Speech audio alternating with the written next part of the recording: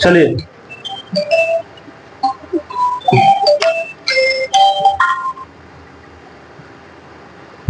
देखिए, हम लोग टाइप नंबर 4 पढ़ रहे थे परसेंटेज में। पहला टाइप दूसरा टाइप समाप्त हो गया है। तीसरा टाइप जो है हम लोग बोले थे बाद में पढ़ेंगे, फार्मूला बेस्ड था, मेंसुरेशन का फार्मूला उसमें याद होना चाहिए, तो उसको हम लोग बाद में देख लेंगे। सबसे पहले टाइप 4 स्टार्ट किए थे, तो टाइप 4 में हम लोग क्वेश्चन नंबर 69 तक आ गए थे। अब 70 नंबर क्वेश्चन पर आना है। यहाँ पर हम आपको दो टाइप का क्वेश्चन बताए थे कि जब खर्च समान रहे और दूसरा जब खर्च समान नहीं रहे। तो जब खर्च समान रहता है तो रेशियो आपस में पलट जाता है, और दूसरा हम बताए थे कि जब खर्च समान नहीं रहता है तो 100 वाला मेथड मानकर बनाया जाता है। ये हम आपको पिछले क्लास तक समझा चुके हैं। अब क्वेश्चन नंबर 70 में आइए। क्वेश्चन नंबर 70 क्या कह रहा है, उसको समझने से पहले मेरी बात को समझिए। क्वेश्चन नंबर 70 को समझने से पहले, जैसे मान के चलो कि आप एक दुकान पर गए दाल खरीदने के लिए, ठीक है, आप एक दुकान पर दाल खरीदने के लिए गए। दाल की जो कीमत है वो 100 रुपए प्रति किलो है। जाकर आपने बोला कि दुकानदार से कि सर हमको दाल चाहिए, कैसे है दाल आपका? तो उन्होंने कहा कि दाल की जो कीमत है वो 100 रुपए प्रति किलो है, 100 रुपए प्रति किलो। आपने बोला कि ठीक है, आपने कुछ रुपए निकाल कर उनको दिए, अपने पॉकेट से कुछ रुपए उनको निकाल कर दिए। हम ये नहीं बोल रहे हैं कि आपने कितना रुपया निकाल कर दिया है, 1000 दिया कि 2000 दिया कि 3000 दिया, कितना रुपए दिया ये हम नहीं बोल रहे हैं। हमने कहा कुछ रुपए आपने निकाल कर दुकानदार को दिए और आपने कहा कि ये सारे रुपयों का आप हमें दाल दे दीजिए। दाल की कीमत उन्होंने कितनी बताई? 100 रुपए प्रति किलो। 100 रुपए प्रति किलो उन्होंने दाल की कीमत बताई। आपने उनको कुछ रुपए निकाल कर दिए और कहा कि इन सारे रुपयों का आप हमें दाल दे दीजिए, चाहे वो दाल कितना भी आ जाए, कितना भी दाल आ जाए इस रुपए में, वो आप हमको उतना दे दीजिए। तो उन्होंने 60 किलो दाल दिया। जितना रुपए वो दिया था उसका कितना किलो उन्होंने दाल दिया? 60 किलो। ये 60 किलो दाल लिया और दाल लेकर कहां चला गया सर?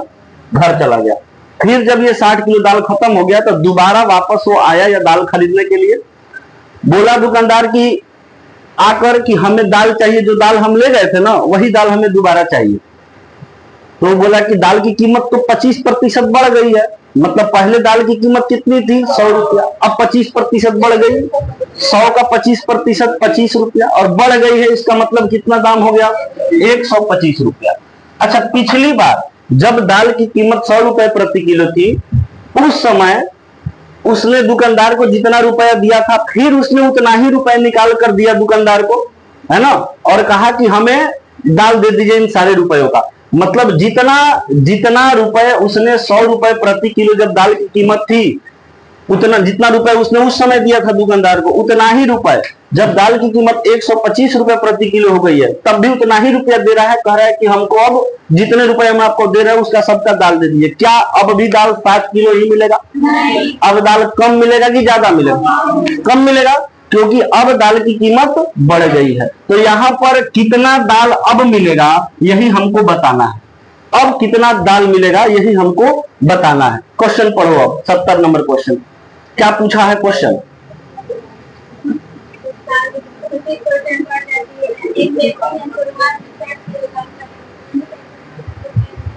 क्या यही क्वेश्चन था जो आपने समझा? क्या यही क्वेश्चन था? एक व्यक्ति जो है दाल खरीदने जाता है, उस दाल की कीमत 25% बढ़ जाती है। तो जब कीमत की वृद्धि नहीं हुई थी उस समय उसको जितना रुपए में दाल खरीदा था उसमें 60 किलो दाल मिला, और कीमत बढ़ जाने के बाद अब वो उतना ही रुपए में जब दाल खरीदने जाता है तो उसको कितना दाल मिलेगा। ये आपसे क्वेश्चन किया, कैसे बनाएंगे सर? सबसे पहले बोला है 25% की वृद्धि हुई है। तो 25% की वृद्धि हुई है तो 25% को फ्रैक्शन में चेंज कर दिए। फ्रैक्शन में प्रतिशत को भिन्न में बदलने के लिए उसमें 100 से भाग दिया जाता है। 100 से भाग दिया जाता है। 25 से कम 25 और 25 चौक 100। अच्छा, वृद्धि हुई है कि कमी हुई है कीमत में? वृद्धि हुई है। वृद्धि हुई है तो वृद्धि हुई है तो हम सिंबल ऐसा लगाएंगे, मतलब शुरुआत इनिशियल में कुछ दाल का कीमत रहा होगा और बढ़ने के बाद यानी फाइनल वैल्यू कुछ दाल का हो गया होगा। F for final value, I for initial value. शुरुआत में कुछ दाल का कीमत रहा होगा और जब उसका दाम बढ़ गया तब उसका कुछ कीमत रहा होगा। शुरुआत में दाल की कीमत हम लोग हमेशा हर वाला वैल्यू मानते हैं कि माना कि शुरुआत में दाल की कीमत कितने रुपए प्रति किलो थी? 4। अब 4 का 25% यानी 1 रुपया बढ़ गया, कितना हो गया सर? 5 रुपया हो गया, 5 रुपया हो गया अब दाल की कीमत, मतलब 4 का 25% 1 रुपया बढ़ गया, अब दाल की कीमत 5 रुपया हो गई। हमने कहा कि जब खर्च यानी आप जो रुपया दिए हैं कीमत बढ़ने से पहले जितना दिए हैं, कीमत बढ़ने के बाद भी अगर उतना ही रुपया दे रहे हैं तो रेशियो बदल जाता है, मतलब ये रेशियो को आपस में पलट दिया जाता है। हमने क्या कहा, दोबारा सुनिए। जब खर्च समान होता है, मतलब कीमत बढ़ने से पहले आपने जितना रुपया दिया था, अगर कीमत बढ़ने के बाद भी आप उतना ही रुपया दुकानदार को देते हैं, तो क्या यह खर्च आपका समान हो रहा है कि नहीं हो रहा है? खर्च आपका समान है ना भाई। आप जब कीमत नहीं बढ़ाता, जब दाल की कीमत 100 रुपए प्रति किलो थी, तो आपने जितना रुपए दुकानदार को दिया, जब दाल की कीमत में 25% की वृद्धि हो गई है, तब भी आप दुकानदार को उतने ही रुपया की दे रहे हैं दाल खरीदने के लिए, है ना। भले आपको क्वांटिटी कम मिलेगा, पहले ज्यादा दाल मिलता था, अब कम दाल मिलेगा, लेकिन आप दोनों ही स्थिति में, दाम बढ़ने के पहले और दाम बढ़ने के बाद, आप खर्चा तो समान कर रहे हैं ना। तो जब खर्चा समान होता है उस स्थिति में रेशियो पलट जाता है। तो ये हो गया मूल्य का रेशियो, मूल्य का रेशियो माने प्राइस का रेशियो हो गया ये। और जब आप इस रेशियो को पलट देंगे, जब खर्च समान रहता है तो रेशियो पलट जाता है, तो उसके बाद जो रेशियो हमें प्राप्त होता है वो खपत का रेशियो प्राप्त होता है, हम लोगों को कंजम्पशन का रेशियो प्राप्त होता है, खपत। ये रेशियो पलट जाएगा, रेशियो क्या हो जाएगा सर? 5:4। कहने का मतलब है पहले यदि आप 5 किलो दाल खरीदते थे तो अनुपात में अब कितना किलो दाल खरीद रहे हैं? 4 किलो दाल खरीद रहे हैं। लेकिन क्वेश्चन बोला है कि पहले 5 किलो आप दाल नहीं खरीदे थे, कितना दाल खरीदे थे? 60 किलो दाल खरीदे थे। अब देखना है कि 5 में कितना से गुणा करें कि 60 आ जाए? 12 से। अगर इधर 12 से गुणा किए हैं तो इस रेशियो में भी किससे गुणा करना पड़ेगा? 12 से। 4 × 12 कितना हो गया? 48। मतलब अब आप कितना किलो दाल खरीदेंगे?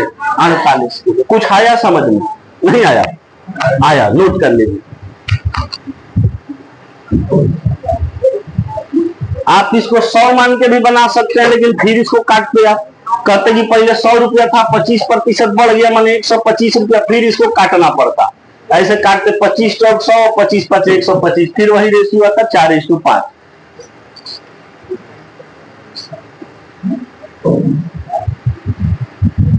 इस पर 3-4 सवाल रखे हैं।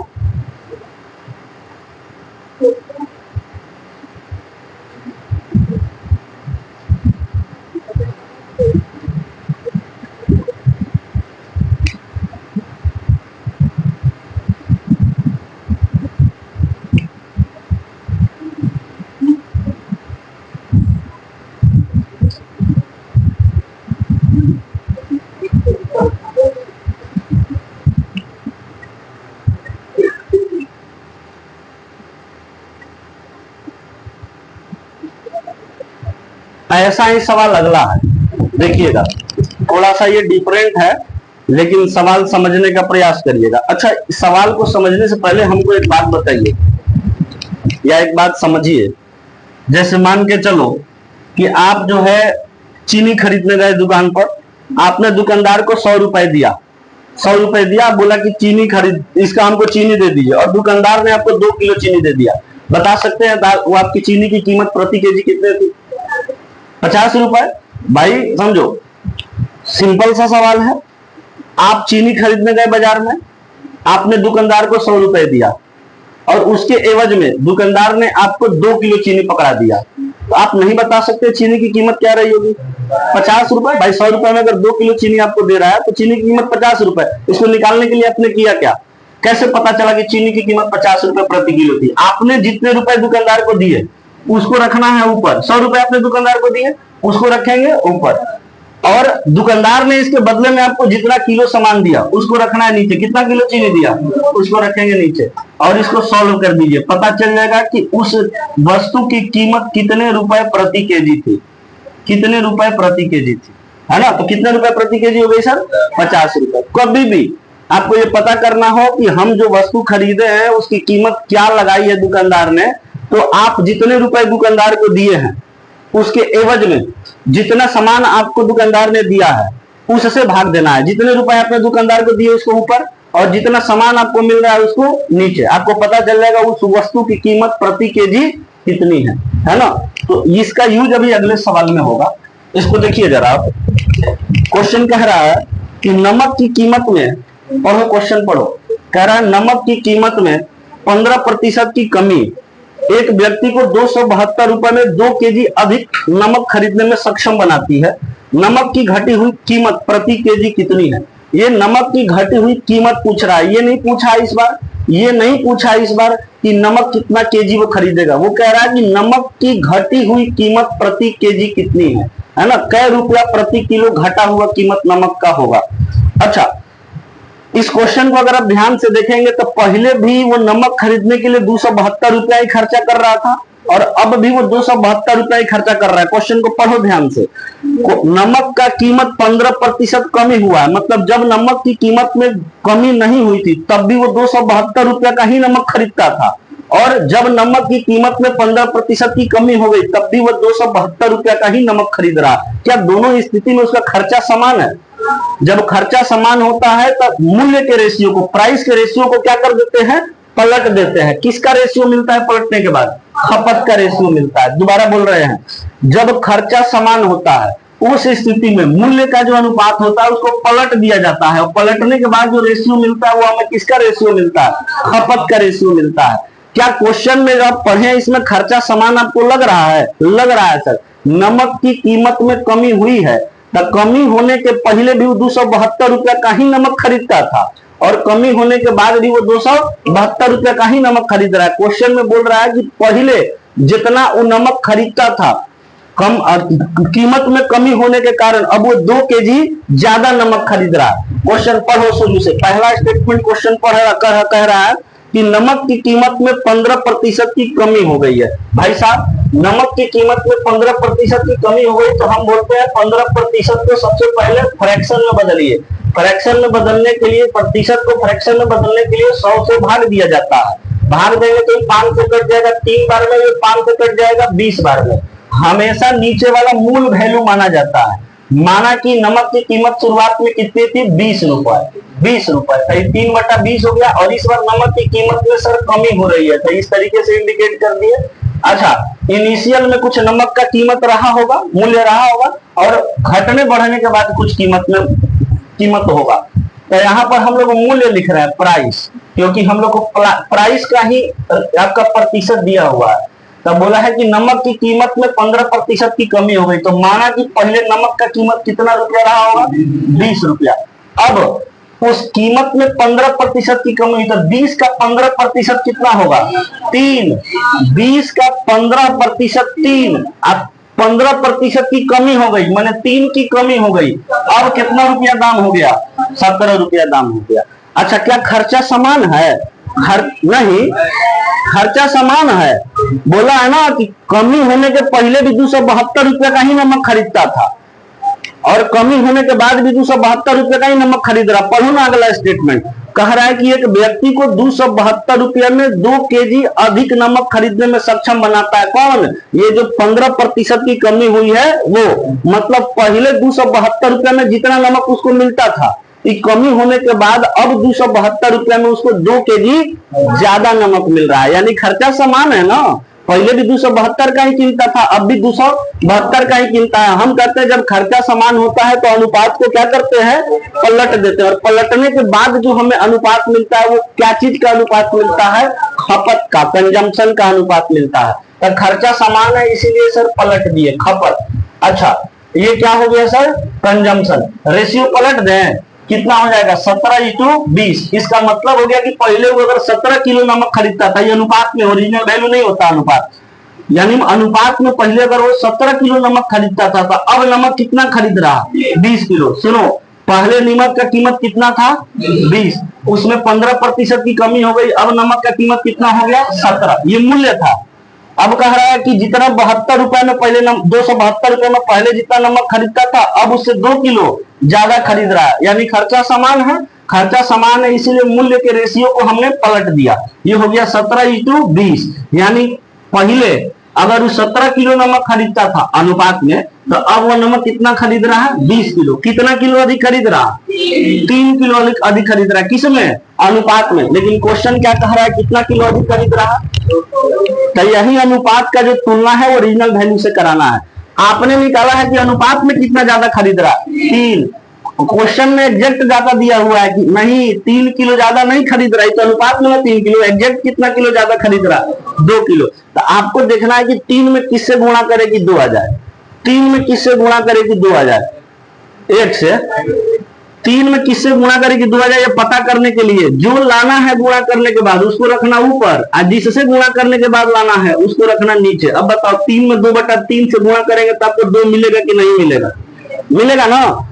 जिससे जिसको लाना है उसको ऊपर रखिए और जिससे लाना है उसको नीचे रखिए, और उसके बाद क्या कर दीजिए, गुणा कर दीजिए। उसमें 3 में 2/3 से गुणा करेंगे 2 नहीं आ जाएगा। अब क्वेश्चन क्या पूछा है कि नमक की कीमत में कमी होने के बाद, नमक की कीमत में कमी होने के बाद अब नमक कितना रुपए प्रति किलो हो गया है। सबसे पहले आपको यह पता करना पड़ेगा कि शुरुआत में आप कितना नमक खर्चा करते थे और अब कितना नमक, मतलब कितना नमक शुरुआत में खपत करते थे और अब कितना नमक खपत कर रहे हैं। अनुपात में पहले कितना नमक खपत होता था, 17। तो आप निकालिए कि नमक का जो खपत था वो शुरुआत में कितना हुआ करता था जब दाम नहीं घटा था तब बोलेंगे 20।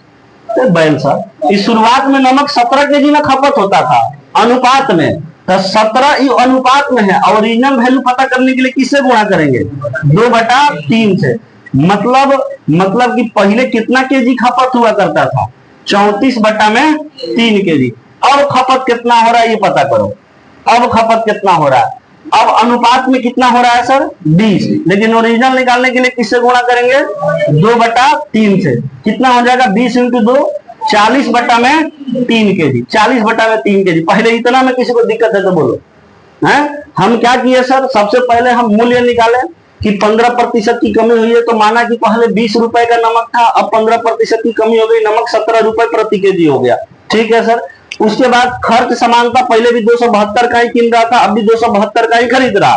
तो हमने खपत निकालने के लिए क्या किया, इसका रेशियो पलट दिया। रेशियो पलटा है तो यहाँ 17 और यहाँ क्या हो गया 20। माने पहले उसका खपत अगर 17 केजी था तो अब खपत कितना हो गया है 20 केजी। कितना अधिक खपत कर रहा है 3। क्वेश्चन कर रहा है नहीं 272 रुपए में 2 केजी घटने के बाद दाम 2 केजी ज्यादा खपत कर रहा है, तो 3 नहीं कितना 2, कितना से गुणा करने पर 2/3 से गुणा करने पर यह प्राप्त होगा। तो अगर हमको यह पता करना है कि शुरुआत में नमक का खपत कितना था ओरिजिनल में, अब नमक का खपत कितना ओरिजिनल में, तो इसको भी ओरिजिनल वैल्यू निकाल देंगे और इसका भी ओरिजिनल वैल्यू निकाल देंगे। ओरिजिनल वैल्यू निकालने के लिए जितना गुणा पर आप ये आया है उतना ही गुणा पर ये भी रहेगा और उतना ही गुणा पर ये भी रहेगा। मतलब शुरुआत में नमक कितना केजी खर्चा होता था 34/3 केजी, अब नमक कितना केजी खर्चा हो रहा है 40/3 केजी। कितना रुपया में 272 रुपया में। पहले भी आप 272 रुपया खर्चा करते थे, अब भी आप 272 रुपया खर्चा कर रहे हैं। मतलब 272 रुपया में पहले जब नमक का दाम नहीं घटा था तब आप कितना केजी नमक लेकर आते थे घर पर 34/3 केजी। और जैसे ही दाम घट गया अब उतना ही रुपया 272 रुपए में, अब आप कितना केजी नमक लेकर आ रहे हैं 40/3 केजी। वो ये नहीं पूछा कि कितना लेकर जा रहे हैं घटने के बाद, वो ये पूछा कि दाम घटने के बाद अब नमक कितना रुपए प्रति किलो हो गया, ये पूछा। तो हम अभी आपको बताए हैं कि दाम कैसे निकाला जाता है। जितना आप रुपया दिए उसको ऊपर और जितना आपको सामान मिला उसको नीचे। अच्छा पूछा कब का है, क्वेश्चन में कब का पूछा है, बोला है कि नमक की कीमत में कमी होने के बाद अब नमक कितना रुपए प्रति केजी हो गया। तो आप बताइए इसका निकालेंगे कि इसका निकालेंगे, पहले वाले का, इनिशियल वाले का कि फाइनल वाले का, फाइनल वाले का ना, क्योंकि हमें पता करना है कि नमक की कीमत में कमी होने के बाद अब नमक कितने रुपए प्रति केजी हो गया। तो आप दुकानदार को रुपया कितना दे रहे हैं 272 और दुकानदार आपको अब एवज में कितना सामान दे रहा है 40/3 किलो। तो इसको कहाँ रखेंगे नीचे, इसी को सॉल्व कर देंगे तो पता चल जाएगा कितना रुपया अब आपको पड़ रहा है नमक का। तो यहाँ पर 272 ऊपर रहेगा, इसको सॉल्व करने सबको आता है। बटा को किस में चेंज करेंगे गुणा में, तो ये कहाँ चला जाएगा ऊपर और ये कहाँ चला आएगा नीचे।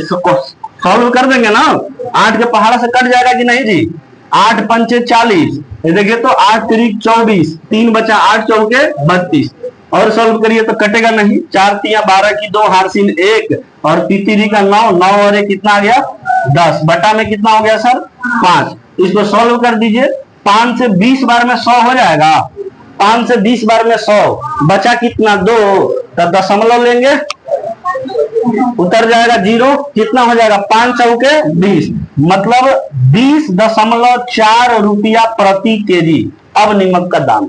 समझ में आया कि नहीं आया जी?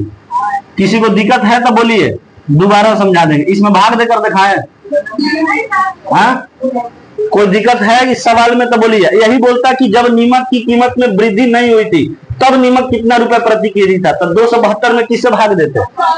34/, है क्लियर ये सवाल? छाप दीजिए इसको, फटाफट छापिए।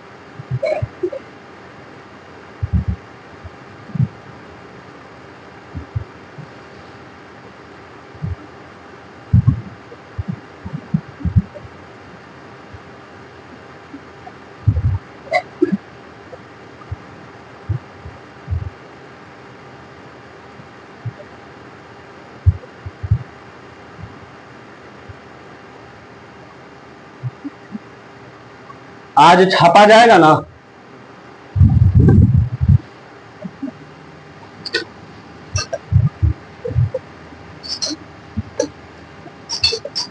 छापा गया हो तो अगले सवाल पर आएंगे।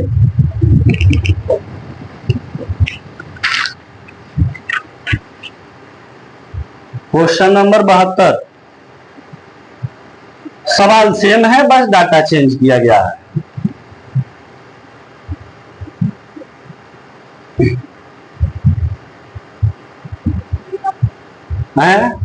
हट गए? हाँ सर एकदम हट जाएंगे।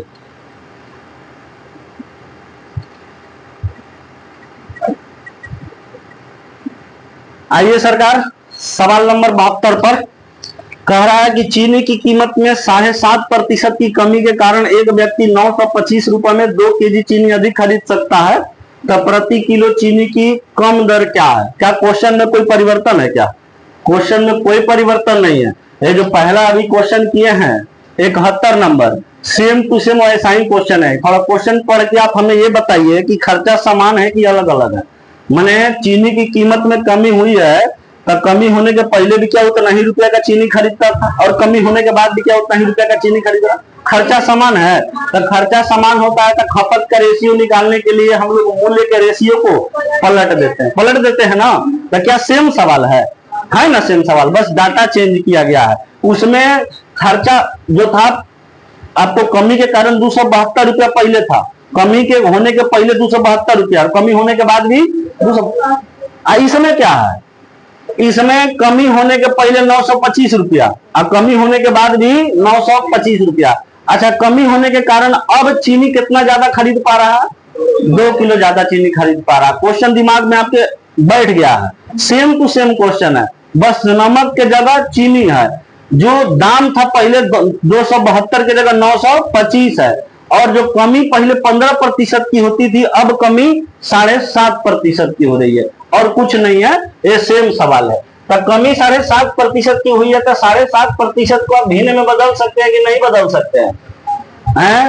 बदल सकते हैं। तो 7.5% को कैसे लिखेंगे? 7.5 आप बटा में 100 ऐसा ही तो लिखेंगे। तो दशमलव जब हटाएंगे तो नीचे एक जीरो बढ़ जाएगा, काट दे इसको, 75 बन गया। 25 या 75, अब 25 से 40 बार में 1000। अरे 25 तो 100 जीरो है तो जीरो हो गया, माने 3 बटा में 40। माने पहले चीनी का कीमत अगर 40 रुपए प्रति किलो था तो अब चीनी की कीमत में 7.5% की कमी हो गई है। 40 का 7.5% 3, यानी 3 की कमी हो गई है। अब चीनी कितने रुपए में बिकेगी? 37 रुपया प्रति किलो में बिकेगा। तो यानी इनिशियल यहाँ लिखेंगे और फाइनल यहाँ लिखेंगे सर। यहाँ पर मूल्य का रेशियो बनाएंगे क्योंकि जो प्रतिशत में मान्य दिया है वो मूल्य का ही दिया है। ठीक है, तो बताइए मूल्य में कितना शुरुआत में माने हम 40 रुपए प्रति किलो, और 40 रुपए प्रति किलो में जिसका जो मूल्य है इसमें 7.5% की कमी की गई है। तो 40 का 7.5% कितना होगा? 3, मतलब 3 का कमी कर दिया गया। अब चीनी की कीमत कितनी हो गई है? 37 रुपया प्रति किलो। क्या खर्चा समान है? क्योंकि पहले अगर 925 का खरीदता था तो अब भी घट जाने के बाद कीमत भी 925 का खरीद रहा, तो खर्चा तो समान है ना। जब खर्चा समान होता है तो खपत का रेशियो क्या कर देते हैं सर? पलट देते हैं। पलट दें, कितना लिख दें? 37:40। इसका मतलब क्या हुआ? पहले अगर चीनी 37 किलो खरीदता था 925 रुपया में, तो अब उतना ही रुपया में 925 रुपए में ही चीनी अब कितना खरीदा रहा? अनुपात में, ओरिजिनल नहीं, अनुपात में कितना ज्यादा खरीद रहा? क्वेश्चन करा ना, 3 ज्यादा नहीं खरीद रहा, ये अनुपात में ना 3 ज्यादा खरीद रहा है। ओरिजिनल में कितना ज्यादा खरीद रहा? कितना गुणा पर? 2/3 गुणा पर। शाबाश। तो हमसे पूछा है कि चीनी का कीमत जब कम हो जा रहा है ना, तब वह चीनी कितने रुपए प्रति किलो की मिल रही है। चीनी का कीमत कम होने के बाद तो आप डायरेक्ट कीमत थोड़े निकाल सकते हैं। पहले आपको निकालना पड़ेगा कि आप चीनी पहले कितना किलो खरीदते थे, अब कितना किलो खरीद रहे हैं, और उसके बाद कीमत निकालेंगे। अच्छा, आपसे क्या पूछा है सवाल में कि कीमत कम हो जाने के बाद, कीमत कम हो जाने के बाद चीनी कितने रुपए प्रति किलो मिल रही है। तो आपको चाहिए क्या? जितना रुपए आप दुकानदार को दे रहे हैं उसको ऊपर, और जितना चीनी आपको मिल रहा है उसको नीचे। कम होने के बाद वाला क्वांटिटी चाहिए ना, तो कम होने के बाद वाला ही क्यों ना हम केवल निकाले कि कितना हम खरीद रहे हैं, है ना। ये वाला वैल्यू हम क्यों निकाले सर? जब हमसे ये वाला पूछ रहा है कि कितना रुपए प्रति किलो है, तो ये वाला क्यों निकालेंगे? समय बर्बाद करेंगे। हमको डायरेक्ट ये वाला निकालना है। इसको निकालेंगे, 925 को ऊपर रखेंगे और इसको नीचे रखेंगे, क्योंकि हमसे ये वाला डेटा पूछा है ना, कमी होने के बाद वाला। तो हम कमी होने के पहले वाला क्यों निकाले? समय व्यर्थ होगा। तो हम क्या बोलेंगे सर? हम फाइनल वाला डायरेक्ट निकालेंगे कि फाइनल वाला कितना किलो अब चीनी खरीदा रहा है 40 का अनुपात में, लेकिन ओरिजिनल कितना में? 2/3, 80/3 ना, 80/3 किलो, 80/3 किलो अब चीनी खरीदा रहा है। लेकिन हमको ये नहीं बताना कितना किलो खरीदा रहा है, हमको ये बताना है कि दाम घटने के बाद अब कितना रुपए प्रति किलो चीनी हो गया। तो हम लोग जो प्रति किलो का दाम निकालना होता है उसको कैसे निकालते हैं सर? हैं? जो उतना रुपया आप दुकानदार को दिए उसको कहाँ रखना है? तो 925 रुपया आज दे रहे हैं दुकानदार को। आज आपको दुकानदार 925 रुपया में कितना चीनी दे दिया है? 80/3 किलो। इसी को बता देना है किस में? भिन्न में। क्यों भिन्न में? तो है, कहने का मतलब है कि हम इसको सॉल्व कर देंगे। तो सॉल्व करेंगे तो 925 ऊपर रहेगा, आई भाग को किस में बदल देते हैं? गुणा में। तो 3 ऊपर चला जाएगा और 80 सॉल्व कर दिया जाए। किस पहाड़ से काट? 5 से काट देते हैं। 5 से 16 बार में 16×5 = 80, आए 5 से काट देते हैं। 5 से 18 बार में 90, बच कितना गया? 2। तो उधर बच गया 5 का 25, फिर 50। किसी को गजन हुआ? नहीं, काटने उठने में दिक्कत नहीं है। अब गुना कर दो। 3×5 = 15 की 5, हासिल 1, 18 × 3 = 54 और 1 555/16 और सॉल्व कर देंगे। सॉल्व करके दिखाना पड़ेगा। नहीं, गजन हो जाता है आप लोगों को। 16 से भाग देने जा रहे हैं, बताओ कितना बार में पहाड़ पड़ दे? 16 × 3 = 48। कितना बच गया? 15 में से 8 गया, 7 कट गया ना, बगल से उतरेगा 5, 4 बार में ले चले। 16 × 4 = 64। देखो तो ऑप्शन में किसी में खाली 34 लिखा हुआ है, किसी एक ऑप्शन में 2 में लिख दिया, सब प्रक्रिया आगे बढ़ेगा। अगर किसी एक ऑप्शन में 34 रहता दशमलव के पहले, तो वहीं से टिक करके हम लोग आगे बढ़ते, कोई जरूरत नहीं था आगे सॉल्व करने का। लेकिन 2 ऑप्शन में 34 दे दिया, सॉल्व करेंगे। 5 में से 4 गया 1 और 7 में से 6 गया 1। अब जाएगा तो दशमलव लगाएंगे, एक 0 सेट करेंगे, अब 16 छन के 96। अब फिर चेक करना है, दशमलव के बाद खाली 6 मिला कहीं, एक में टिक करेंगे, मार देंगे, आगे उसको बढ़ जाएंगे, कोई दिक्कत। तो कितना हो जाएगा सर इसमें? 34.6875, 34.6875। Option number A. By option चल देंगे, पूरा सॉल्व नहीं करेंगे। छाप दीजिए, अगर दिक्कत है तो दोबारा पूछ सकते हैं। जिस भी स्टेप में दिक्कत है, कैलकुलेशन में दिक्कत है, कोई कहीं कैलकुलेशन समझ में नहीं आया, या कोई स्टेप समझ में नहीं आया, या फिर पूरा सवाल में दिक्कत है, दोबारा पूछ सकते हैं। नहीं दिक्कत है, आराम से छाप दीजिए, कोई दिक्कत नहीं।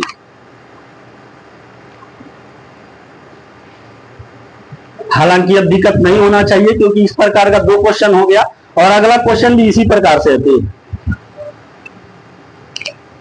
इसी टाइप का अगला क्वेश्चन भी है।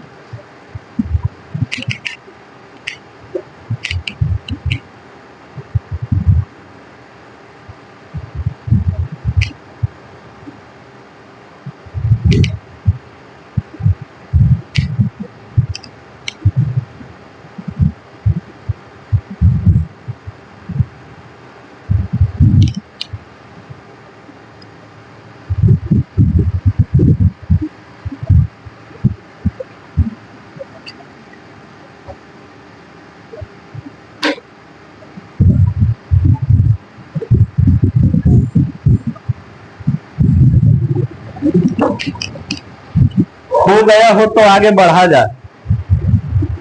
आ जाएंगे 73 नंबर सवाल पे। कह रहा है एक वस्तु की कीमत 20% कम हो जाती है, जिसके चलते ग्राहक इसमें 360 रुपए में 2 केजी अधिक वस्तु खरीद सकते हैं। वस्तु का प्रारंभिक मूल्य, इस बार ये नहीं बोला घटने के बाद, इस बार क्या बोला है, जो शुरुआत में उसका मूल्य था वो पता करिए। जरा आंसर करिए तो आप लोग, क्योंकि 2 सवाल ऐसा हो चुका है, तो तीसरे सवाल का आपसे उम्मीद करते हैं आंसर कर दीजिए। क्वेश्चन नंबर 73 का, क्वेश्चन नंबर 73 इस बार घटा हुआ नहीं पूछा, घटने के बाद प्रारंभिक वाला ही पूछ दिया है कि शुरुआत में कीमत उस वस्तु की कितनी थी।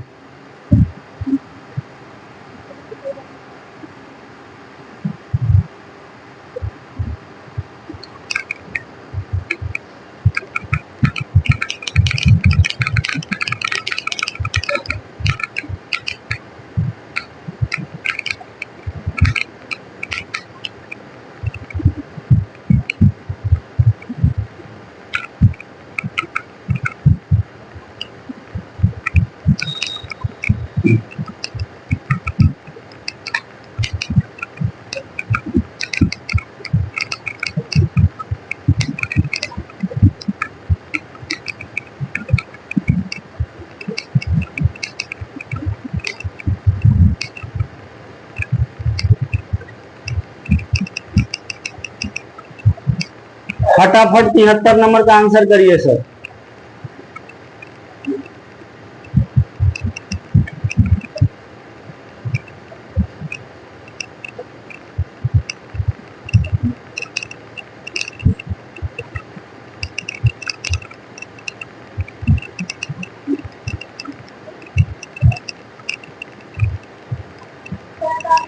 बहुत बढ़िया, शाबाश, वेल डन, वेरी गुड।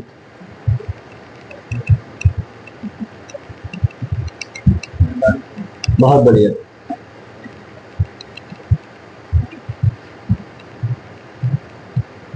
चलो,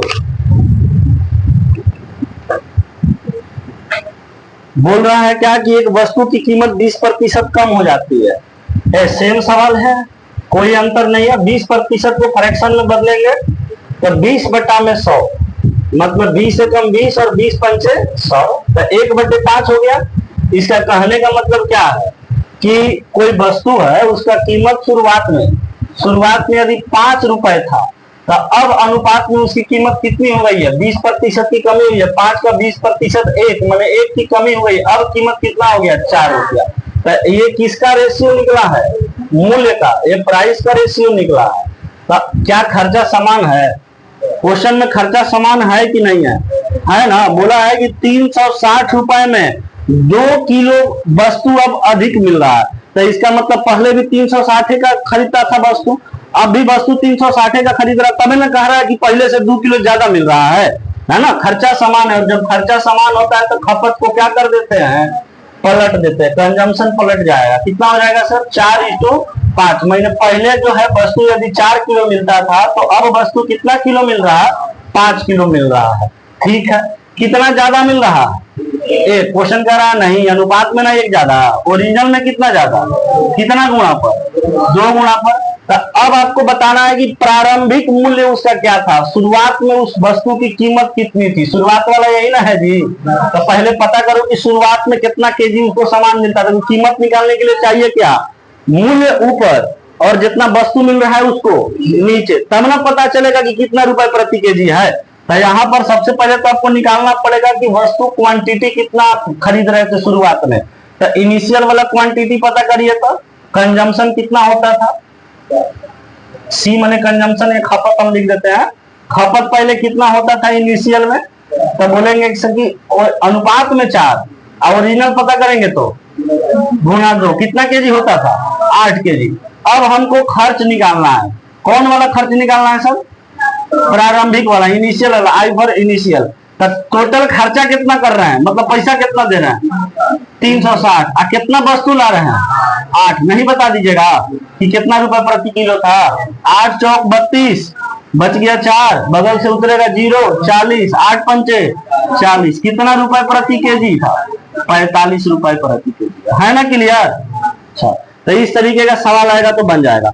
जब खर्चा समान रहेगा तो उसमें आपको 2 को चीज पूछ सकता है। या तो पूछेगा कि पहले वस्तु कितना किलो मिलता था, इतना मिलता था, तो अब वस्तु कितना किलो मिलेगा, या दाम घटने के बाद या बढ़ने के बाद अब वस्तु इतना किलो मिल रहा है तो पहले कितना किलो मिलता था। या फिर सवाल ऐसे पूछेगा किसी वस्तु की कीमत घटने के बाद या फिर बढ़ने के बाद,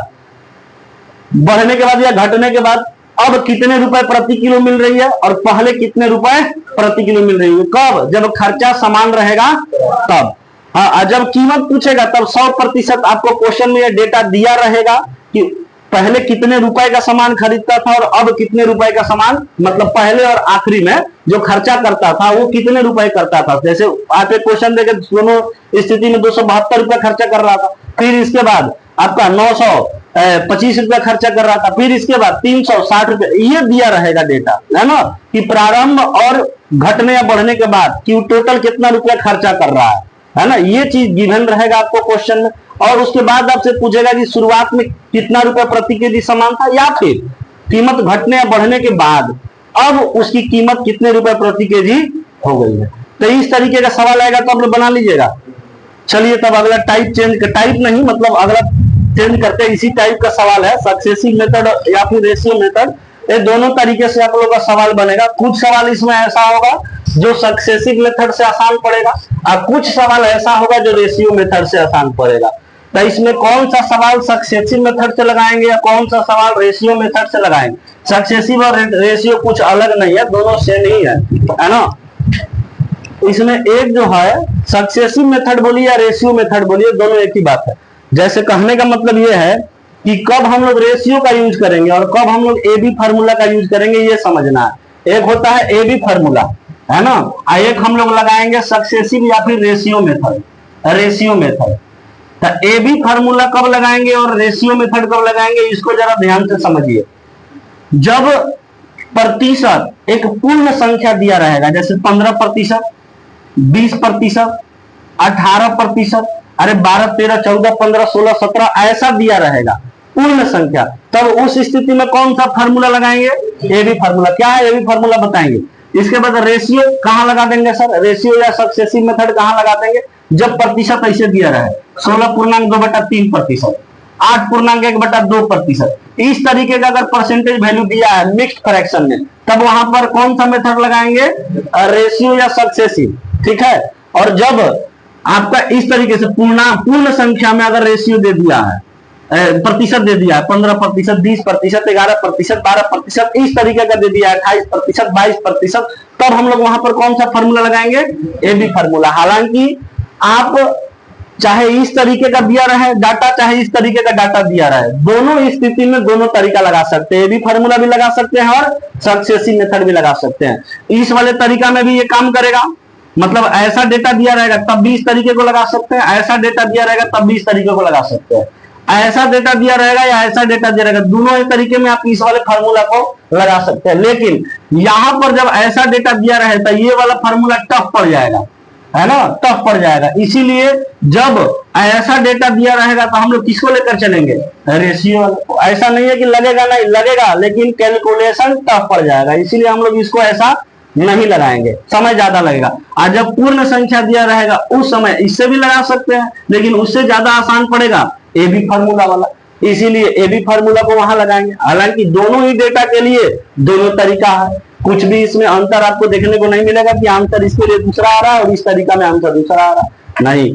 चलिए पढ़िए क्वेश्चन को। कह रहा है Redmi note pro max, mobile का नाम है, रेडमी नोट प्रो मैक्स की कीमत 10% की कमी हुई है, और फिर उसमें 10% की कमी, दो बार 10% की कमी हुई, तो कुल मूल्य में संयुक्त गिरावट का पता लगाए। सुनो, सवाल की पहचान करो, टाइप बोलेगा पहली बार इतना का कमी हुआ और दूसरी बार भी इतना का कमी हुआ, या फिर बोले पहली बार इतना का कमी हुआ, दूसरी बार इतना का वृद्धि हुआ, है ना। सुनो हम आपको समझाते हैं, मान लेते हैं वो इतना इतना जो बोल रहे हैं उसको X% हम मान लेते हैं, तो क्वेश्चन इस तरीके से बोलेगा पहली बार X% की वृद्धि हुई और दूसरी बार Y% की भी वृद्धि हुई, या फिर ऐसे बोले क्वेश्चन पहली बार X% की कमी हुई और दूसरे बार Y% की कमी हुई।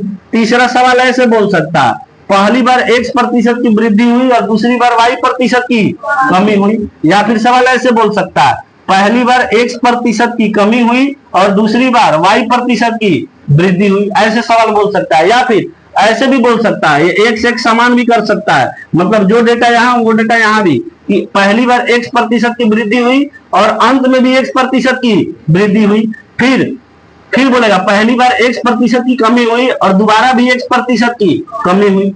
इस तरीके का जितना सवाल आएगा कि इतना का वृद्धि हुआ इतना का कमी हुआ, या फिर दोनों टाइम वृद्धि हो गया दोनों टाइम कमी हो गया, इस तरीके का जितना भी सवाल आएगा, किस तरीके का, इस तरीके का, तो वो जितना भी सवाल आएगा वो या तो ए बी फार्मूला से बनाएंगे या नहीं था रेशियो मेथड से बनाएंगे। ए बी फार्मूला से कैसे बनाएंगे, जब एक्स वाई का मान ऐसा रहेगा, डेटा ऐसा रहेगा तब। रेशियो मेथड से कैसे बनाएंगे, जब एक्स वाई का डेटा ऐसा रहेगा तब, है ना, क्योंकि ये वाला डेटा इसमें आसान पड़ेगा, ये वाला डेटा इसमें आसान पड़ेगा। लेकिन आप बात ये नहीं है कि इसको ऐसे ही बनाएंगे और इसको ऐसे ही बनाएंगे, ये दोनों ही तरीका से दोनों प्रकार के डेटा को सॉल्व किया जा सकता है, ठीक है।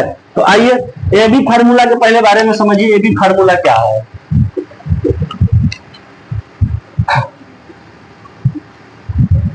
ए बी फार्मूला हम समझाए थे पिछले वाले, A B formula A plus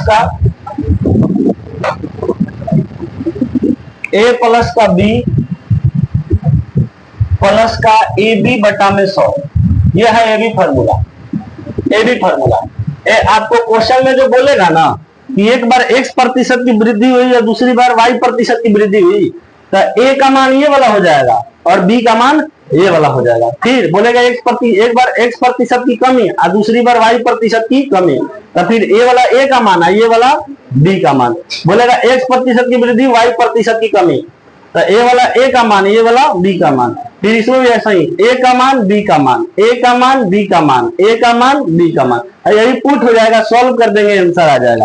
question पढ़ो क्वेश्चन क्या बोल रहा है, कह रहा है कि रेडमी नोट प्रो, कौन सी नाम कर दिया, रेडमी नोट 9 प्रो मैक्स की कीमत में 10% की कमी हुई, मतलब एक बार 10% की कमी हुई है, ठीक है, और दूसरी बार क्या हो गया है, फिर से 10% की कमी, दो बार 10% का कमी हो गया ना, दो बार 10% का कमी हो गया, तो क्या ये वाला नहीं बन जा रहा है, एक बार X% कमी फिर एक बार X% की कमी, तब दो बार X% की कमी हो गई, तो ए का वैल्यू यहाँ वाला और बी का वैल्यू यहाँ वाला, तो इसको ले आएंगे।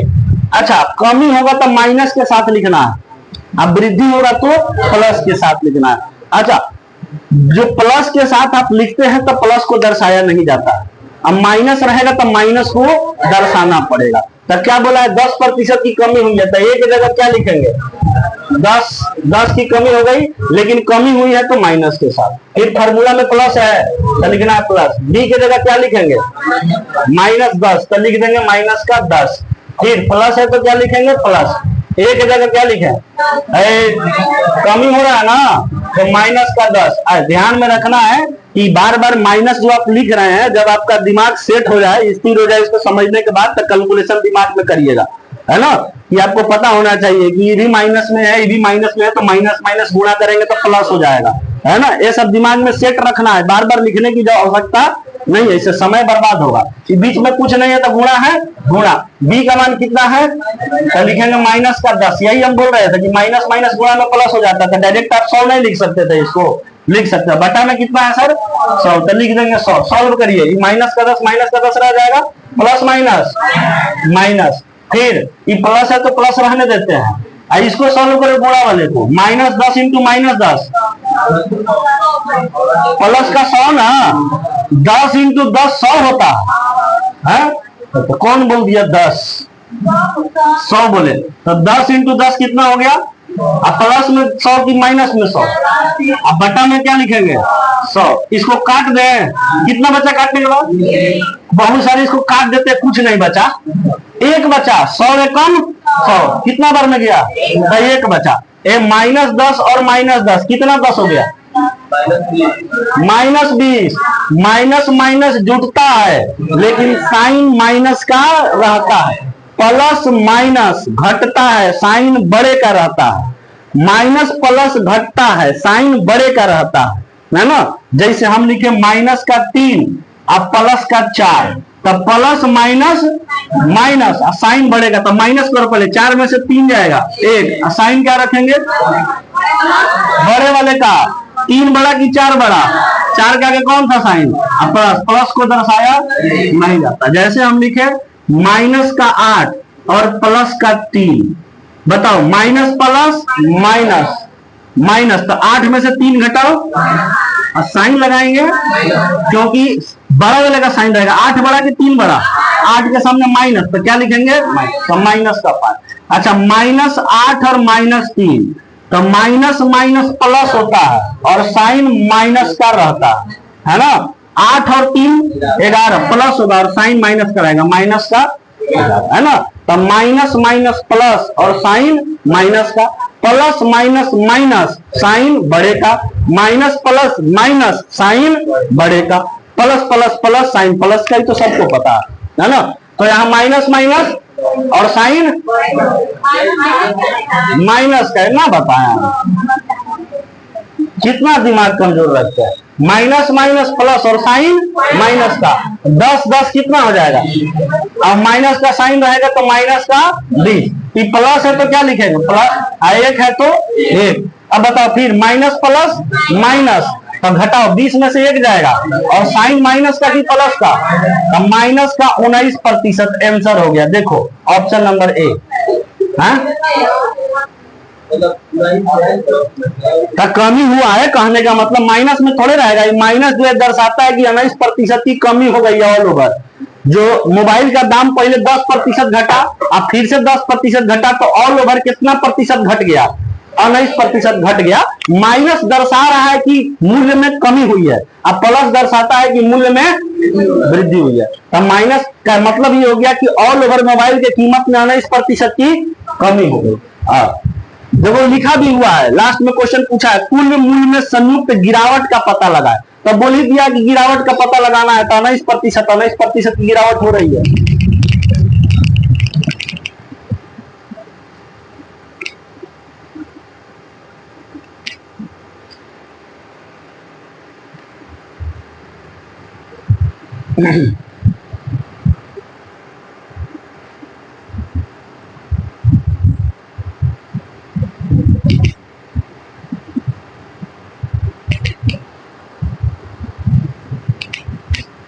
आप स्लिप लाए हैं, इसको चढ़वा लीजिएगा।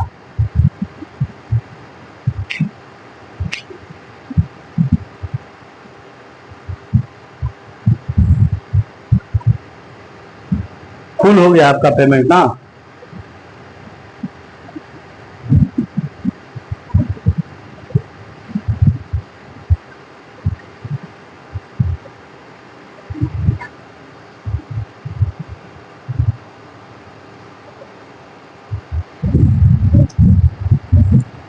इसको जरा भरो।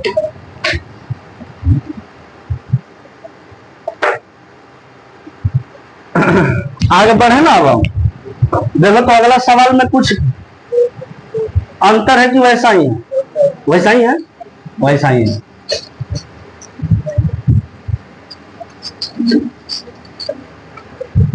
एक प्लस माइनस में सावधानी रखना है ना।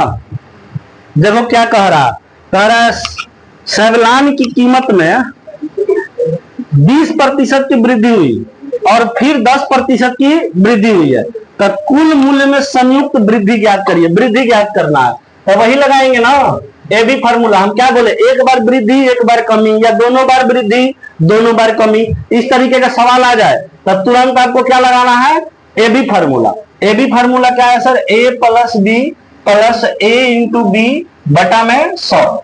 अच्छा क्या बोला है सर, बोला है सेवलान की कीमत में 20% की वृद्धि हुई है, तब 20% वृद्धि हो गया। और दूसरी बार क्या कह रहा, 10% की वृद्धि हुई है, तो मतलब दोनों बार वृद्धि हुई है, तो दोनों प्लस में ना रहेगा।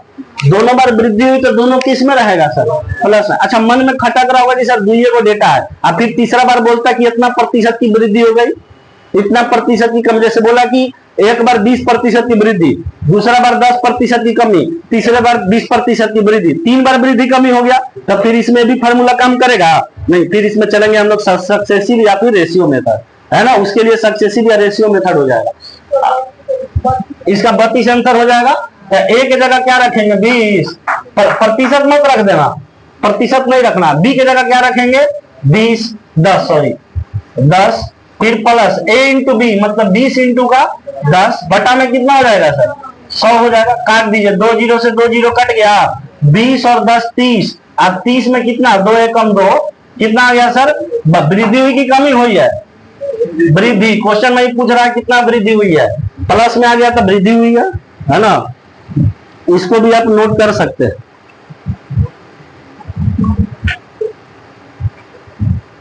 ये सब सवाल आसान बन जाएगा आप लोगों के लिए। अब 76 नंबर का भी आंसर करिए। तो कमी और वृद्धि ध्यान से पढ़ना है। हो गया, 8 होगा। ये कमी को और वृद्धि को दोनों को ध्यान से पढ़ना है।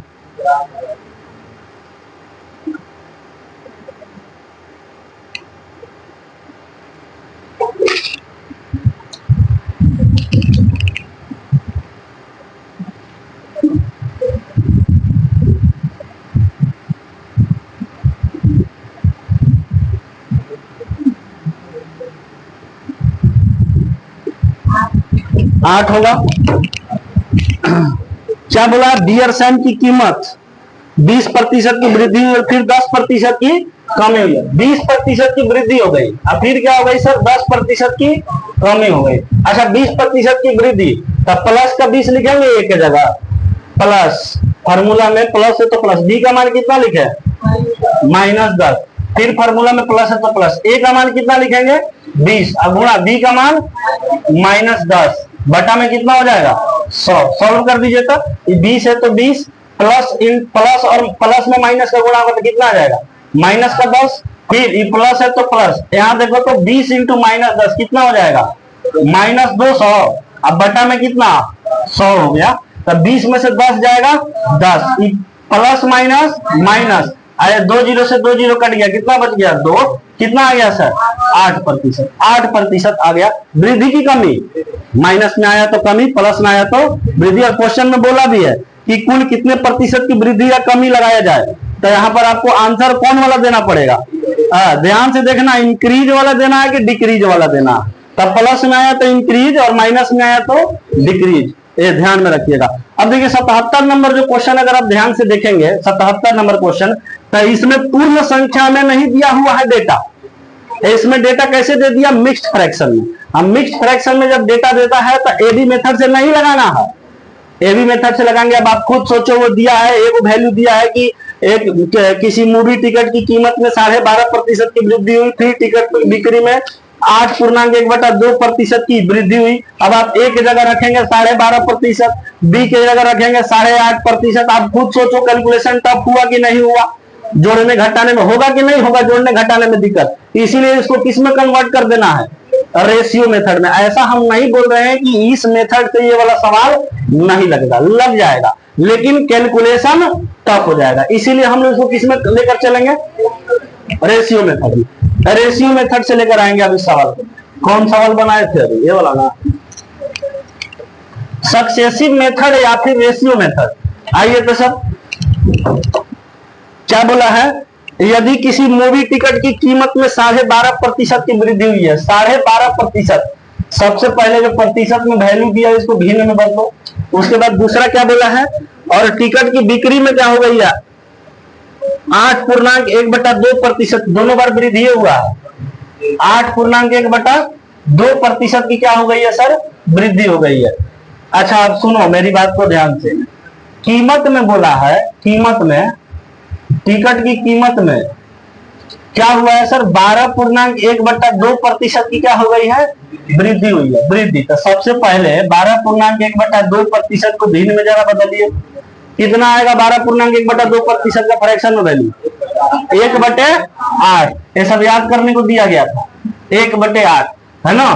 तो इसका मतलब क्या हुआ सर कि शुरुआत में यदि कीमत 8 रुपया था, तो अब 8 का 12.1/2% कीमत बढ़ गया, अब कीमत कितना हो गया, 9 हो गया है, यही ना था। ये शुरुआत में कीमत 8 रुपया, अब कीमत कितना रुपया हो गया, 9 रुपया। अनुपात में है तो अनुपात में लिखेंगे। अब बिक्री के बारे में सुनो क्या बोला, बिक्री मतलब आप मान के चलो सिनेमा हॉल के मालिक हैं, तो पहले आप एगो टिकट का दाम कितना रखे थे, 8 रुपया, अब उस टिकट का दाम कितना कर दिए, 9 रुपया। ये अनुपात में है, अनुपात में, ठीक है।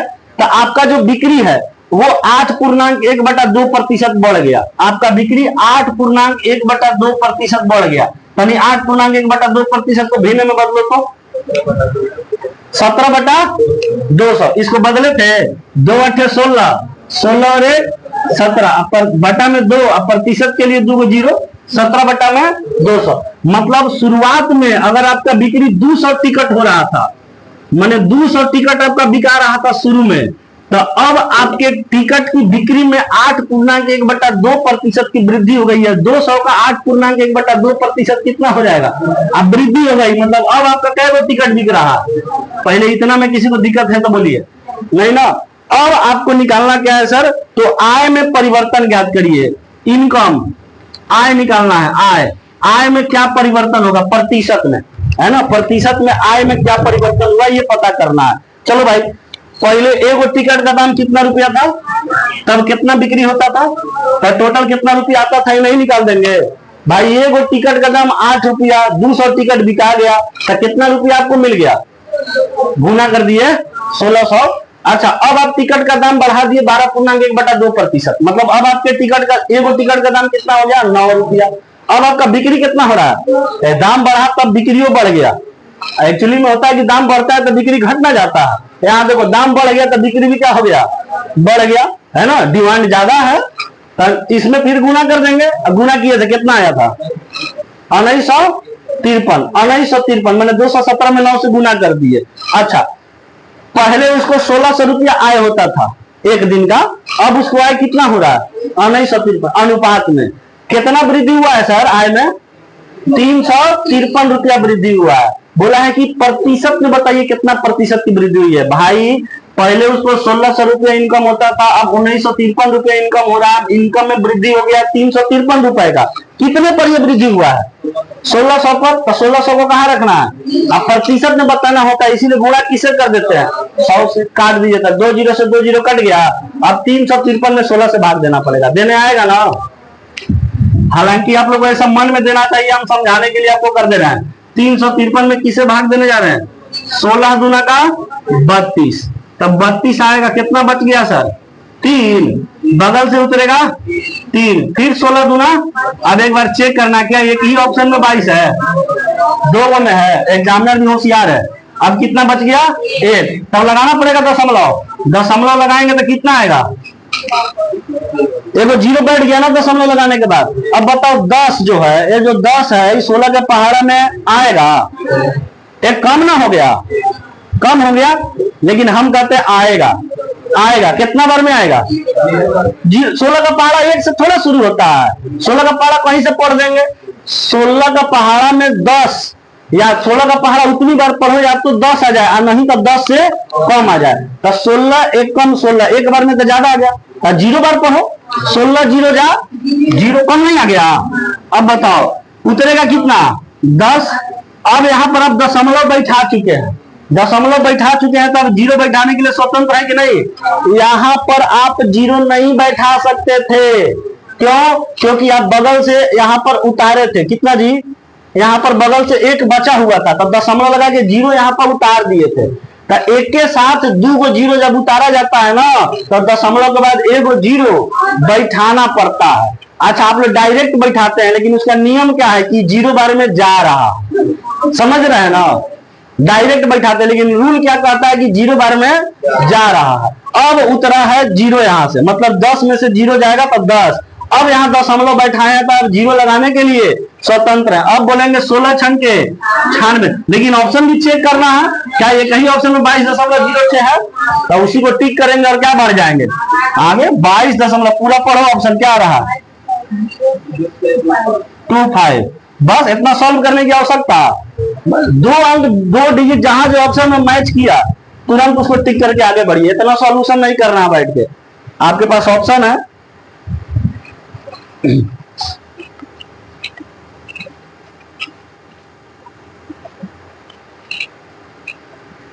तो इसको बोलते हैं सक्सेसिव मेथड या फिर रेशियो मेथड। तो ये कब लगाएंगे सर? जब डेटा ऐसे आ जाएगा तब, और डेटा जब पूर्ण संख्या में रहेगा ये भी फार्मूला से काम चल जाएगा।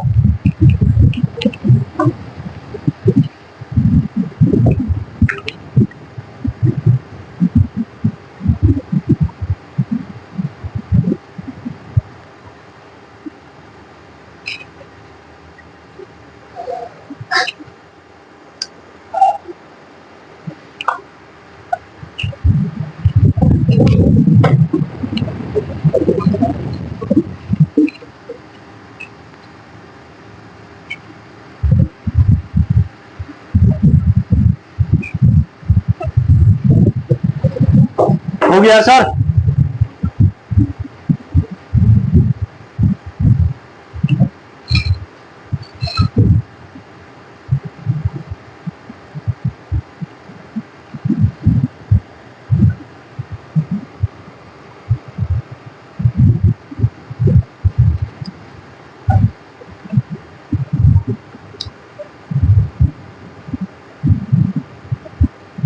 इसमें एनटीपीसी का फॉर्म कितना लोग भरे हैं?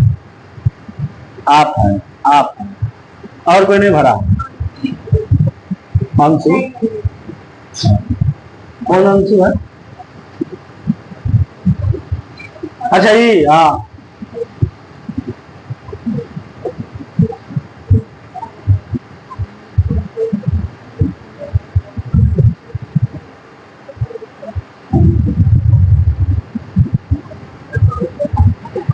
हो गया सर। चलिए अगले सवाल पर। अच्छा, अगला सवाल भी आपको ये भी फार्मूला पर लग सकता है कि नहीं लग सकता है, लेकिन मेरी बात सुनो, एक हम आपको यहाँ पर चीज बता रहे हैं, समझा रहे हैं, समझना। इस क्वेश्चन में अगर आप ध्यान से देखो तो कह रहा है कि सलमान खान की आय में पहले 8% की वृद्धि हुई और फिर इसमें 8% की कमी हुई। अब मेरी बात को ध्यान से सुनना, आप इस क्वेश्चन को ये भी फार्मूला पर लगा सकते हैं? एकदम लगा सकते हैं, कोई दिक्कत ही नहीं है, ये क्वेश्चन ये भी फार्मूला पर लगेगा। लेकिन यहां भी एक ट्विस्ट है और इसको आसान किया जा सकता है। इस तरीके के सवाल को, किस तरीके के? इस तरीके को पहचानेंगे कैसे? देखो ध्यान से। जैसे हम आपको क्या बोले, x% की वृद्धि फिर x% की वृद्धि, x% की वृद्धि फिर x% की कमी, सॉरी दोनों बार x% बढ़ाया गया, दोनों बार x% घटाया गया, एक बार x% बढ़ाया गया फिर दूसरी बार y% बढ़ाया गया, एक बार x% बढ़ाया गया दूसरी बार y% को घटाया गया, एक बार x% को घटाया गया और दूसरी बार y% को बढ़ाया गया। लेकिन जब ऐसा कंडीशन बन जाए कि एक बार x% बढ़ाया जा रहा है, एक बार x% घटाया जा रहा है, मतलब जितना बढ़ाया और उतना ही घटाया, तो इस क्वेश्चन को आप और आसान तरीके से बना सकते हैं, जितना घटाया उतना ही बढ़ाया, या फिर जितना बढ़ाया उतना ही घटाया। इसको आप ए बी फॉर्मूला से बिल्कुल लगाएंगे, आपका कोई दिक्कत नहीं होगा, लेकिन उससे भी इसको छोटा किया जा सकता है। लेकिन जो छोटा आप कर रहे हैं, छोटा करने के मतलब जो अब इसमें हम तरीका लगाएंगे, वो तरीका सिर्फ और सिर्फ इसी वाले में लगेगा कि एक बार जितना बढ़ाया दूसरी बार उतना ही घटाया, है ना। सेम होना चाहिए, जितना बढ़ रहा है उतना ही घट रहा, तभी ऐसा संभव है जो हम तरीका बता रहे हैं। अदरवाइज बाकी में आप लगाएंगे वो वाला ए बी फॉर्मूला जो हम अभी बताए थे यहाँ पर, है ना, ए प्लस बी प्लस का ए बी बटा में 100, वो तरीका से लगाएंगे। लेकिन इस तरीका को, ये क्वेश्चन को भी उस तरीका से लगाएंगे तो आंसर आ जाएगा, लेकिन उसमें कुछ और ट्विस्ट हो जाता है। देखिए कैसे बता रहे हैं आपको, सुनो। जैसे हम इसको सॉल्व करने जा रहे हैं ए बी फॉर्मूला पर, ए प्लस का बी प्लस का ए बी बटा में 100, ठीक है। तो हम क्या बोले, एक बार x प्रतिशत बढ़ाया और दूसरी बार एक बार x प्रतिशत बढ़ाया और दूसरी बार क्या किया, x प्रतिशत, मतलब जितना बढ़ाए उतना ही क्या करना है, घटाना। तब क्या करना है सर, a के जगह क्या लिखेंगे सर, प्लस का x, प्लस b के जगह बताओ क्या लिखेंगे। अरे भाई a के जगह x प्रतिशत घटाया, x प्रतिशत बढ़ाया, x प्रतिशत घटाया, तो एक बार ये भी a का मान है और ये वाला किसका मान है, b का मान है ना। तो यहाँ पर x आप प्लस का क्या लिखेंगे, माइनस, फिर प्लस है फॉर्मूला में तो प्लस, a के जगह क्या लिखे x और b के जगह क्या लिखे, b के जगह लिखेंगे सर माइनस का x बटा में, सॉल्व करिए था। ये देखिए तो x plus minus minus x, फिर ही प्लस है। आइए बताइए तो कैसे लिखेंगे, a माइनस एक्स स्क्वायर नहीं लिखाएगा, x into x x square, अब प्लस माइनस गुणा के केस में माइनस होता है, तो इसको क्या लिखे, माइनस का एक्स स्क्वायर बटा में कितना 100। अच्छा अगर इसको और सॉल्व कर दे, एक्स है तो एक्स रहने दीजिए, माइनस है तो minus X, I plus minus minus X square बटा में 100। ये देखो तो प्लस का एक्स माइनस का एक्स कट जाएगा, कटेगा कि नहीं कटेगा, plus X minus X cut गया, बराबर बचा क्या, माइनस एक्स स्क्वायर बटा में 100। तो अगर जितना प्रतिशत बढ़ाए और उतना ही प्रतिशत घटाए तो कुछ भावंडल नहीं, यही वाला डायरेक्ट लगा देना, माइनस का एक्स स्क्वायर बटा में 100। जैसे बोला कि 8% की वृद्धि और 8% की क्या हो गई है, कमी हुआ है ना, तो डायरेक्ट एक्स का वैल्यू कितना रखना है, 8, माइनस का 8 का स्क्वायर बटा में 100, 8 का स्क्वायर कितना 64 बटा में 100। ये माइनस दर्शा रहा है कि कमी होगा, है ना। एक बार वृद्धि एक बार कमी हो जाए ना तो ऑल ओवर कमी होता है ना। एक बार वृद्धि हो गया एक बार कमी होगा तो ऑल ओवर क्या होगा, माइनस आने का मतलब कि ऑल ओवर कमी होगा प्रतिशत में। अब इसको सॉल्व कर देंगे, 64 में 100 से भाग देंगे सर जी, तो दशमलव क्या आ जाएगा, 2 स्थान दाईं ओर घसकेगा, तो इसको बोलेंगे 0.64% की कमी हुई है, डायरेक्ट आंसर आ गया।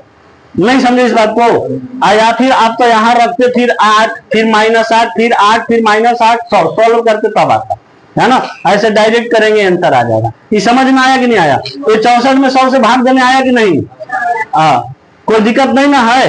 ये 2 जीरो है तो दाएं ओर से दशमलव क्या रखेंगे, 2 स्थान बाद रखेंगे, हो जाएगा 0.64, डायरेक्ट आंसर हो गया। ये क्वेश्चन नंबर कितना था, 78। इस क्वेश्चन में कोई दिक्कत है तो बता सकते हैं।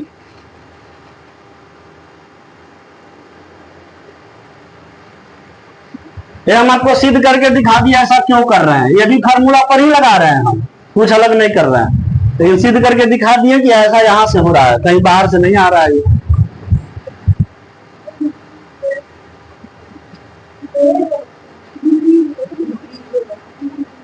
एक बार कमी एक बार वृद्धि, या एक बार वृद्धि एक बार कमी, ऑल ओवर कमी होता है।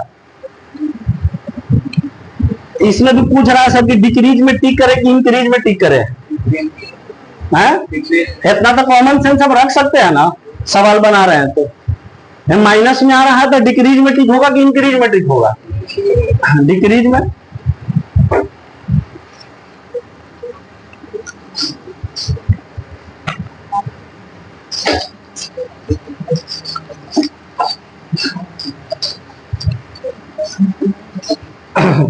अगला सवाल पढ़ो तो क्या वैसा ही है, कह रहा है कि एक व्यक्ति के वेतन में 50% की कमी की गई, और फिर 50% की वृद्धि की गई। जितना प्रतिशत कमी हुआ उतना ही प्रतिशत वृद्धि हो गया, या जितना प्रतिशत वृद्धि हुआ उतना ही प्रतिशत कमी होगा। डायरेक्ट फार्मूला क्या लगाएंगे, -x² बटा में, ये कहां से निकला है, ये भी फार्मूला से ही निकल के आ रहा है, कहीं बाहर से नहीं आ रहा। आप डायरेक्ट इसमें इतना सॉल्व करें या फिर डायरेक्ट यहीं पर इसको पुट कर दे, दोनों का मतलब सेम ही होगा।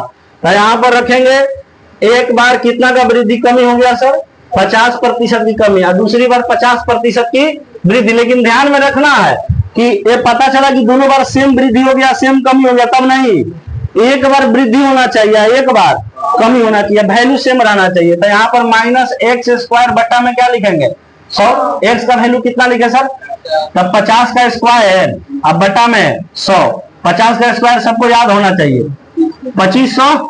आप 2500 बटा में क्या लिख देंगे, 100 लिख देंगे, 2 जीरो से 2 जीरो कट गया, 25% की क्या हो गई है, कमी हो गई, माइनस में है तो कमी हो गई है। एक बार वृद्धि एक बार कमी, ऑल ओवर कमी होगी, कोई दिक्कत। अगला बताइए तो 80 नंबर सवाल का आंसर, 80 नंबर सवाल का आंसर कर दीजिए। 4 की कमी या वृद्धि, कमी, कमी,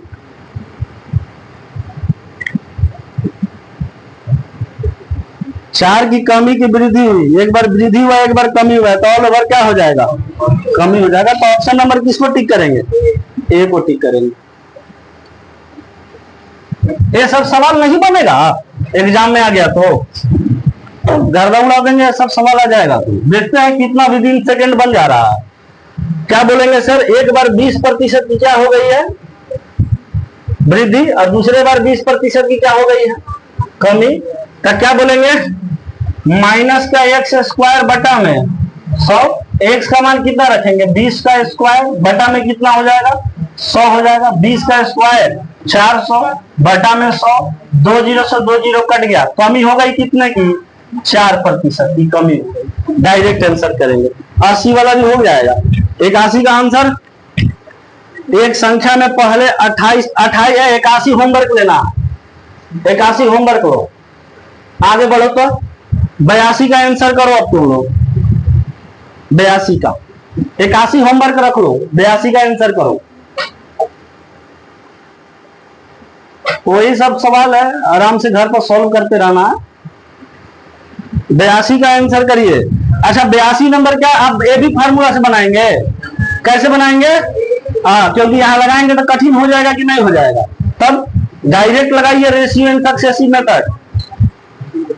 16.2/3% की वृद्धि और उसके बाद 7.1/7% की कमी। ए भी फार्मूला से नहीं लगाना है, इसको लग जाएगा लेकिन लगाएंगे नहीं।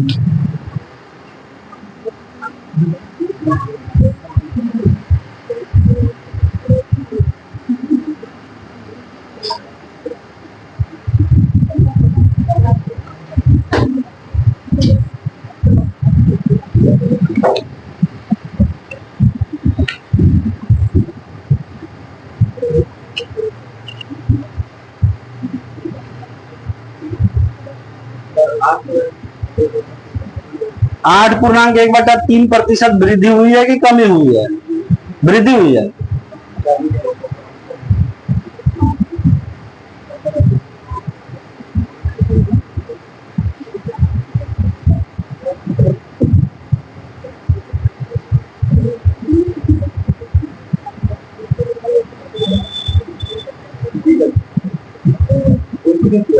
इंक्रीज हुआ है, वृद्धि हुआ।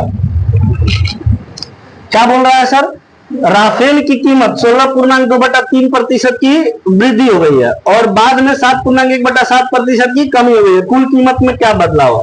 अब जाहिर सा बात है, ये भी फॉर्मूला लगाएंगे तो कठिन होगा सवाल, तो इसीलिए इसमें क्या लगाएंगे, रेशियो मेथड या फिर सक्सेसिव मेथड।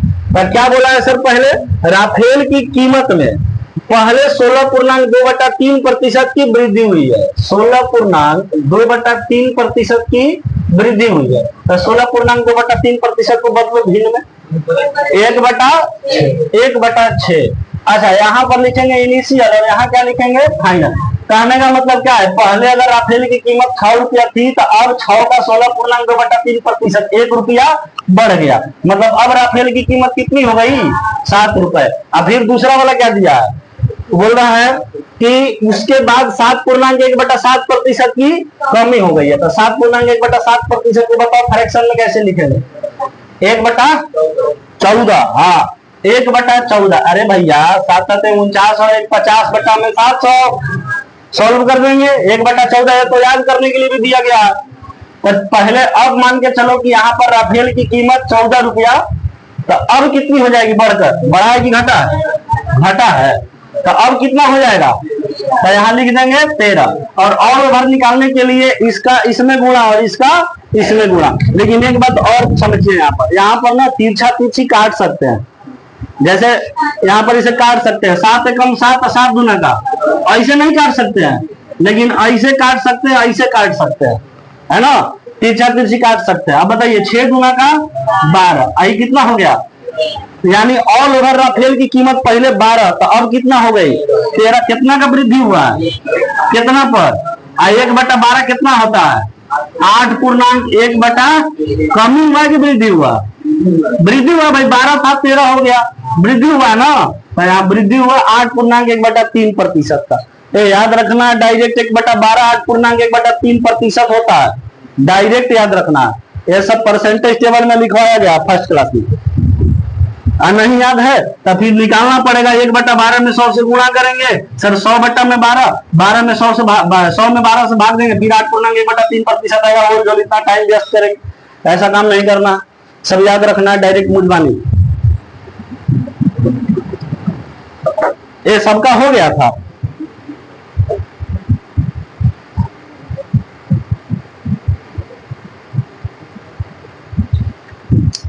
हो गया था ना, हो गया था, अब हो गया, तब 82 तक हो गया ना। आप लोगों को आगे हम होमवर्क दे रहे हैं घर के लिए, क्वेश्चन नंबर 81 तो होमवर्क दिए ही है, और 83 से लेकर और आप लोगों को 88 तक, 83 से 88 सॉल्व करके आना। कहां से कहां तक सर, 83 से लेकर 88 तक। तो आप लोग का होमवर्क है कहां तक, क्वेश्चन नंबर 88 ये सॉल्व करके आना। एक तो 81 नंबर होमवर्क है, उसके बाद 83, 84, 85, 86, 87 और 88 सब सेम पैटर्न है। जो पढ़ाए अभी कंसेप्ट उसी कंसेप्ट पर बनेगा। आप सब लोग को पता है कि ये भी फार्मूला कहां लगाएंगे, रेशियो और सक्सेसिव कहां लगाएंगे, है ना। जैसे अगर हम, अच्छा एक मेरी बात सुनो, जैसे यहाँ पर हल्ला नहीं, जैसे यहाँ पर 2 को डेटा दिया है कि एक बार राफेल की कीमत में 16.2/3% की वृद्धि हुई, फिर अगली बार 7.1/7% की कमी हुई। तो ऐसा भी तो हो सकता है कि फिर एक बार कुछ वृद्धि या कमी करा दे, फिर एक बार वृद्धि या कमी करा दे। तो वो लगातार ऐसे लिखते जाएंगे और लास्ट में सबको क्या करा देंगे, गुणा करा के अब देख लेंगे ऑल ओवर कितना का कमी या वृद्धि हो रहा है। जैसे क्वेश्चन नंबर आप पढ़ो 87 नंबर क्वेश्चन सब लोग पढ़ो। क्या लिखा हुआ है, एक संख्या में पहले 40% की वृद्धि हुई, तो 40% मतलब 2/5 माने 5 से हो जाएगा 7। अच्छा ये मन में करना होता है, जैसे प्रैक्टिस जम जाएगा ना, इस कुछ बोल झोल नहीं लिखना है, डायरेक्ट लिखना है 5 से 7। 40% मतलब 2/5, अब वृद्धि हुई है तो 5 और 5 में 2 बढ़ गया था 7, 5:7 डायरेक्ट लिखना है। फिर आगे कह रहा है कि फिर 25% की कमी हुई, 25% का मतलब 1/4, तो नीचे लिखेंगे 4 और कमी हुई है तो यहाँ 3। फिर आगे पढ़ो, बोल रहा है कि और फिर 15% की वृद्धि हुई है, तो फिर उसके नीचे आएंगे 15% मतलब 3/20, तो लिखेंगे 20 इधर और इधर क्या लिखेंगे 17। कमी हुई है कि वृद्धि हुई है, तब वृद्धि हुई है, तब यहाँ 20 और 20 से कहां चलेंगे 23। फिर एक और डाटा दिया है कि फिर 20% की कमी हुई मतलब 1/5, तो फिर होगा नीचे 5 से 4। अब सबको करके जैसे सॉल्व कर रहे हैं ना वैसा ही सॉल्व कर दीजिएगा, ठीक ना। अगर 2 से ज्यादा डेटा रहेगा तब, क्योंकि यहाँ पर अभी तक 2 ही डेटा था, ऐसा भी तो हो सकता है कि 2 से ज्यादा डेटा रहे। तो 2 डेटा रहे या 2 डेटा अगर पूर्ण संख्या में रहे तो ये भी फॉर्मूला, 2 डेटा मिक्स्ड फ्रैक्शन में रहे तो रेशियो एंड सक्सेसिव, और 2 से ज्यादा डेटा हो जाए तब भी रेशियो एंड सक्सेसिव। जैसे 87 नंबर में दिया है 2 से ज्यादा डेटा, क्लियर है ना? अच्छा एक और बात बताएं, जितना बढ़ाया उतना ही घटाया, तो फिर उस स्थिति में -x² बटा में 100, हालांकि नहीं भी लगाएंगे डायरेक्ट ये भी लगाएंगे तब भी क्या हो जाएगा, बन जाएगा, क्योंकि वो भी ये भी सही निकाल कर हम लोग लाए, है ना? कोई दिक्कत आज के क्लास में किसी को नहीं? आराम से 5 मिनट 10 मिनट रेस्ट लेना है, उसके बाद हम लोग रीजनिंग पढ़ेंगे।